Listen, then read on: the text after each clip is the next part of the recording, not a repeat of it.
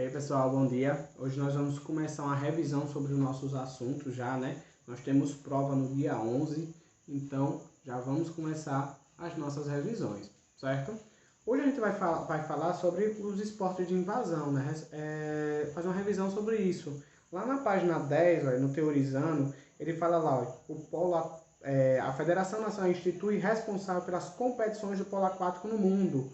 E o Brasil, as competições ficam a cargo da CBDA, que é a Confederação Brasileira de Desportos Aquáticos, certo? Nós vamos falar sobre, dentre todos os esportes de invasão, sobre o polo aquático no momento, que ele é disputado por duas equipes, cada equipe com 6 jogadores de linha e um goleiro.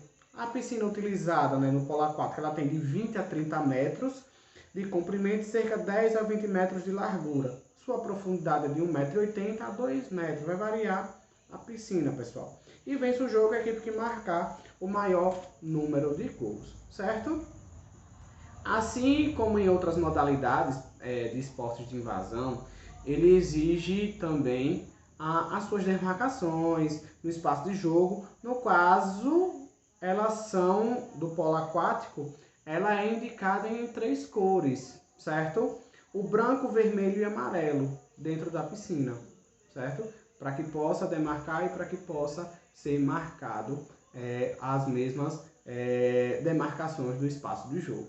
O branco, há 3 demarcações do branco, né? Da cor utilizada, elas auxiliam na linha de gol, elas auxiliam a arbitragem caso haja alguma dúvida a respeito da marcação de pontos, no caso o branco, certo? O vermelho, há 2 marcas na piscina, como vocês podem, eu vou pedir para que vocês olhem lá no livro, certo? Na página 11, a imagem que está à direita, e ela fala lá, ó, há 2 marcas vermelhas, uma de cada lado do campo de jogo, como vocês podem observar, certo? E elas delimitam 2 metros da linha do gol, certo? Dentro desse espaço, os jogadores ficam impossibilitados, ou seja, eles não podem, de maneira nenhuma, receberem passos. Contudo, eles podem permanecer nessa região por muito tempo. Eles não podem receber nenhum tipo de passe, pessoal, mas eles podem sim estar ali por muito tempo. Ou seja, eles podem dificultar, mas eles não podem receber nenhum tipo de passe dentro da linha vermelha do polo aquático, certo? A amarela, lá, ó, quando fala, há 2 marcações amarelas, uma de cada lado do campo do jogo, que delimitam 5 metros da linha de gol. E nesse espaço as faltas, sejam elas graves ou não, elas devem ser cobradas em 2 tempos. O técnico permitindo aproximar-se para que dê as instruções. Ou seja, o técnico é quem vai dar todas as instruções para como vai ser a cobrança dessas faltas. Mais uma vez, lembrando, o polo aquático, assim como qualquer outro esporte, ele tem suas demarcações de jogo, sendo que dentro da piscina, ele tem 3 cores, o branco, o vermelho e o amarelo, certo? O branco utiliza para auxiliar, né, a arbitragem, caso haja dúvidas sobre a marcação de pontos. O vermelho é a linha de gol ali, onde que os jogadores eles são impossibilitados de receberem algum passe, mas que podem permanecer por grande tempo ali. E a amarela, ela é onde são cobradas as faltas mais graves, ou seja, e onde o árbitro ele pode chamar para que possa dar as instruções, certo? E para diferenciar os jogadores dentro da piscina, os jogadores devem usar toucas próprias, propícias para o esporte aquáticos, de cores diferentes, ou seja, tudo tem que ser mudado para que não ocorra nenhuma parecido, né, com os outros jogadores, certo? Aí nós passando lá para a página 12, nós vamos ver sobre o esporte técnico combinatório, que é assim, com a intenção, ele tem a intenção de sempre, a intenção dos jogos técnicos combinatórios, em exemplo, nós vamos ter a ginástica, ele utilizava da ginástica como uma forma de treinar para os seus atletas, os seus guerreiros para as guerras. Então, eles utilizavam da ginástica, né, pessoal, como uma forma de treinamento para ir para a guerra.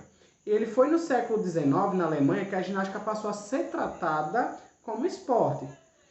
Mas, antigamente, como eu estou reformulando, né, pessoal? Ela utilizava como uma fórmula de treinamento lá na Grécia, certo? Aí, quando chega no século XIX, ele na Alemanha ele passa assim a ser um esporte tratado como esporte, certo? A ginástica ela ganha força totalmente no ano de 1981 com a criação da Federação Europeia, né? Sendo que a ginástica ela não é brasileira, nem, foi criada uma federação na Europa para que ganhou força no ano de 1881, pessoal, perdão. Foi no ano de 1881 que foi criada a Federação de Ginástica, certo? Em 1896, ela passa a fazer parte dos Jogos Olímpicos, ou seja, em 1881 é criada a Federação Europeia de Ginástica e no ano de 1896 ela começa a fazer parte dos Jogos Olímpicos, certo? Já no Brasil, ela surge lá no final do século XIX com a vinda dos imigrantes europeus, ou seja, quem trouxe a ginástica para o Brasil foram os imigrantes europeus no final do século XIX para o país. E ganhou força, ou seja, ganhou assim grande ascensão de pessoas praticando no ano de 1978, que foi criada a Confederação Brasileira de Ginástica. E a ginástica tem como regra geral, né? A regra geral da ginástica é a execução perfeita dos seus movimentos, sejam eles no solo ou sejam em aparelhos, certo? A ginástica deve seguir sequência pré-determinada, ou seja, tem exigências para que você pratique a ginástica, certo? São exercícios que são pré-determinados pelas confederações, tanto em provas masculinas como em provas femininas. Há uma diferença, né, de aparelhos, dá uma diferença de as provas femininas, elas têm a participação de música, já a masculina não. Tudo isso há uma grande diferença, certo?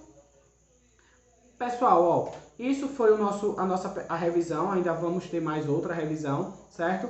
E qualquer dúvida que vocês tenham, eu vou estar na plataforma aguardando vocês para tirar dúvidas, certo? Lembrando mais uma vez, isso é uma revisão, certo? E vamos fazer com que a nossa prova dia 11 seja uma nota excelente, certo, pessoal? Aguardo vocês na plataforma mais tarde. Um abraço, pessoal.